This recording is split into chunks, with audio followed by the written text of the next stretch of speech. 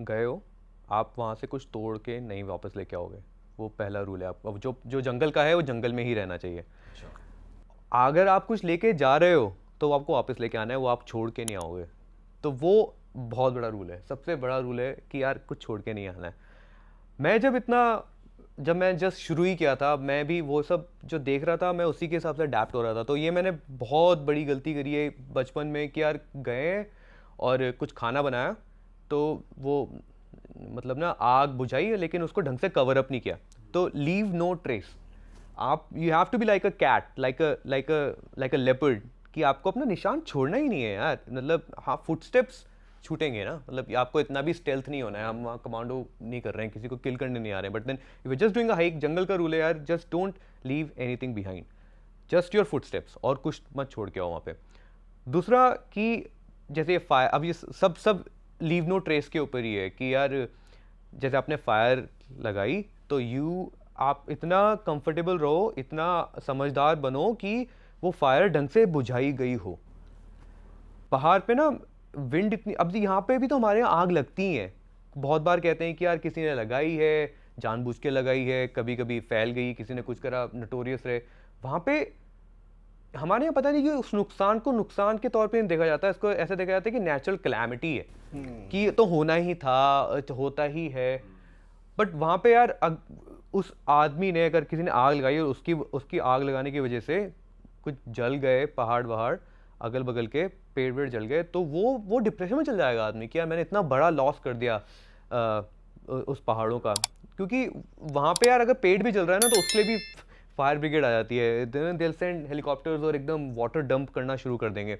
तो यहाँ पे फायर को लेकर थोड़ा ज़्यादा मुझे लगता है हम उतने ज़्यादा स्ट्रॉन्ग ओपिनियटेड नहीं हुए हैं। हम लोग मतलब लगा देते, ईजी गोइंग है कि हाँ ठीक है लगा दिया, nature will take care of itself. दूसरा, कुछ चीज़ अगर वहाँ उगती नहीं है, जैसे संतरा है, ठीक है, अगर संतरा उस इलाके में नहीं उगता है तो उसको वहाँ नहीं छोड़ना। अगर एप्पल वहाँ नहीं उगता है तो वहाँ पे उसको नहीं छोड़ना। आपने एप्पल खाया, यहाँ पे मतलब मैं ये भी देखता हूँ कि यार ठीक है अब लोग थोड़े थोड़े बहुत समझदार हो गए हैं कि यार चलो प्लास्टिक नहीं छोड़ना, बट एप्पल खाया, एप्पल को फेंक दिया ये बोल के कि यार ये तो डिकम्पोज हो जाएगा। हाउ दे आर राइट कि हो जाएगा, लेकिन वो डिकम्पोज होने से पहले ना उसको कोई जानवर आके खाएगा। तो वो जानवर क्या उस फूड के लिए बना है? तो ये मुझे ऑस्ट्रेलिया में सिखाया गया था कि यार कैंगरू एप्पल खाता है, नहीं एप्पल होता ही नहीं वहाँ पे, तो उस इलाके में अगर एप्पल नहीं खाता तो कैंगरू अगर एप्पल खाना शुरू करेगा तो फर्स्ट तो उसके यूज टू जाएगा, दूसरा उसका जो बॉडी कॉम्पोजिशन है, उसका जो जॉज है वो उसके लिए बने नहीं है, तो उसका आप इवोल्यूशन लेके आ रहे हो जो अननेसेसरी है। मतलब वो एक ऐसे फ्रूट के लिए अडेप्ट कर रहा है अपना लाइफस्टाइल जो उसके लिए बना नहीं है। तो आप वो खाना मत छोड़ के आओ जो वहाँ पे उगता नहीं है। तो जैसे अगर मैं आलू छोड़ के आ रहा हूँ, तो आलू तो मुझे लगता है पहाड़ों में सब जगह हो रहा है, बट जो चीज़ वहाँ की नहीं है उसको नहीं छोड़ के आना है। जो वो एनिमल वाइल्ड लाइफ को काफ़ी ज़्यादा ट्रबल देगा, और फिर डिकम्पोज तो हो ही जाता है, but then long term vision की है कि यार अपनी वाइल्ड लाइफ को ख़राब क्यों करना है। तो ये सबसे ज़्यादा मोस्ट इम्पॉर्टेंट रीजंस हैं, जंगल के जो रूल्स हैं ये हैं। दूसरा, वाइल्ड लाइफ को स्पेस दो। अच्छा, the last one, wild life को पूरा स्पेस दो। हाँ, सरप्राइजेस हो जाते हैं कि ऑल ऑफ अ सडन आपने टर्न लिया, आपके आगे जानवर आ गया, तब तो वहाँ पे आप भी शॉक्ड हो, वो जानवर भी शॉक्ड है। बट अगर आपने कोई जानवर देखा और आप यू बी लाइक यार एक सेल्फी तो बनती है, मतलब जानवर देखना ही बहुत बड़ी चीज़ हो गई यहाँ पे। और दूसरा, जस्टिफाई करना उस चीज़ को दोस्तों के लिए कि यार मैंने ये देखा, क्योंकि आपकी बात कोई मानेगा नहीं कि आपने देखा नहीं देखा, तो आपको फिर सेल्फी भी लेनी है, फोटो भी लेनी है, और फिर उसमें फिर वो वाइल्ड लाइफ को पसंद नहीं आएगा। भाई मैं तो देख रहा था अभी एक रील, वहाँ पे क्या था कि एक लेपर्ड था और एक स्नो लेपर्ड वाला नहीं, स्नो लेपर्ड नहीं, कोई फॉरेस्ट की थी, और उसके पीछे मतलब इस तरफ गाड़ियां खड़ी थी जीप और इस तरफ भी जीप थी, सारे लोग वीडियो बना रहे, फोटोज ले रहे, और भाई भालू और शेर का एनकाउंटर टाइप्स हो रहा है, और वो सब भाई मतलब तेरे आगे भी आई थी वो भाई, मतलब वो वही डिस्टर्बेंस तो हो रही है, उन्हीं को फोटो ले रहे हैं, चिल्ला रहे हैं, तो वो अजीब लगता है देख के कि भाई ये होनी है, नहीं होना चाहिए। जैसे ना जो सफारीज होती है नेशनल पार्क्स में, तो अफ्रीका में मैंने करी है, मुझे लगता है वहाँ पे ना यूज टू हो गया है एनिमल टू ह्यूमन इंटरफेरेंस, नहीं ह्यूमन प्रेजेंस। हाँ, human presence is one thing, पर इंटरफेरेंस तो वही है ना कि यार आपने आपकी उसको उसका ध्यान भटकाने के लिए, ओए ओए देखना इधर देखना, फोटो खींच रहा हूँ, मतलब तो वो तो आप फिर इंटरफेयर कर रहे हो। मतलब अपनी प्रेजेंस है, ठीक है, जानवर विल ऑल्सो रिस्पेक्टेड। अगर आप ना अभी ये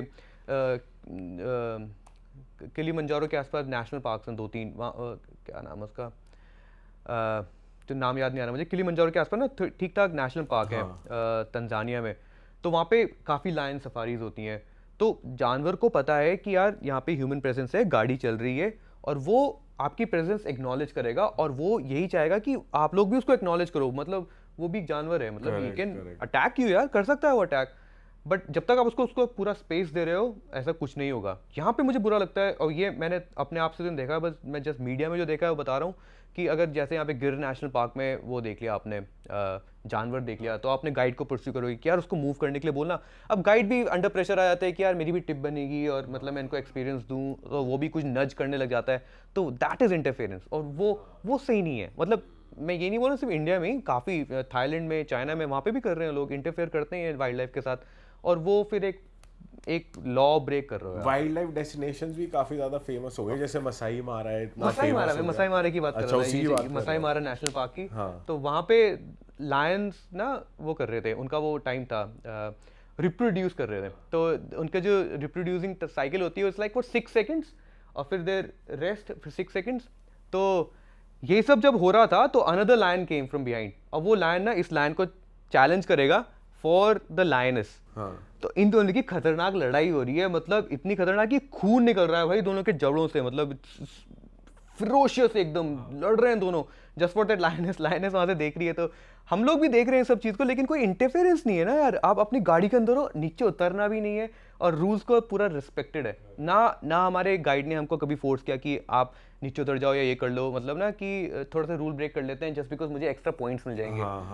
वो नहीं था। तो सॉरी फॉर इंटरप्टिंग, बट वो मसाई मारा में ये हमने देखा और कोई इंटरप्शन नहीं था वाइल्ड लाइफ को। करेक्ट, बट मेरा क्वेश्चन ये था कि जैसे कोई जाता है वहाँ पर वाइल्ड लाइफ एक्सप्लोर करने, कुछ करने, तो हम भी गए हुए हैं, तो एक अजीब सी कॉलिंग सी आती है फॉरेस्ट से कि भाई, मतलब क्या ऐसा होता है कि भाई उन्हें पता लग जाता है पहले ही कि भाई कोई अननोन आ गया या कोई इंसान आ गया है अपनी टेरिटरी में, तो आपस में वो, तो जिस हिसाब से वो कम्युनिकेट करते हैं वो भी एक बहुत अलग ही चीज़ है कि भाई एक दूसरे आवाज़ें जो वो निकालते हैं वो भी एक नेक्स्ट लेवल है, क्योंकि हम भी एक्सपीरियंस कर रहे थे, तो बहुत अलग सा लगता है कि भाई कैसे ये लोग एक दूसरे साथ कम्युनिकेट कर रहे हैं। तो आपका कोई ऐसा एक्सपीरियंस हुआ है कि जहाँ पर, मतलब आप पर्सनल एक्सपीरियंस बताओ अपना कोई।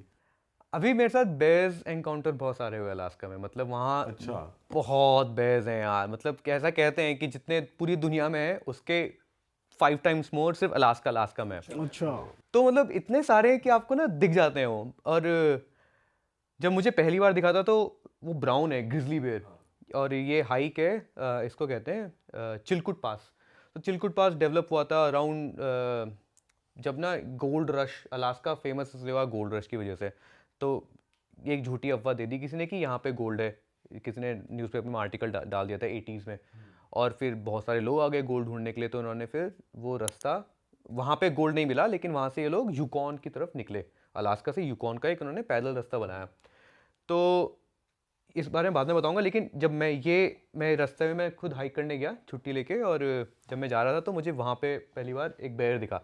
तो पहले तो मैंने रास्ते में पू देख लिया था इसका, तो मुझे पता था कि यार फ्रेश लग रहा है ये, यहाँ पे होगा आसपास कोई।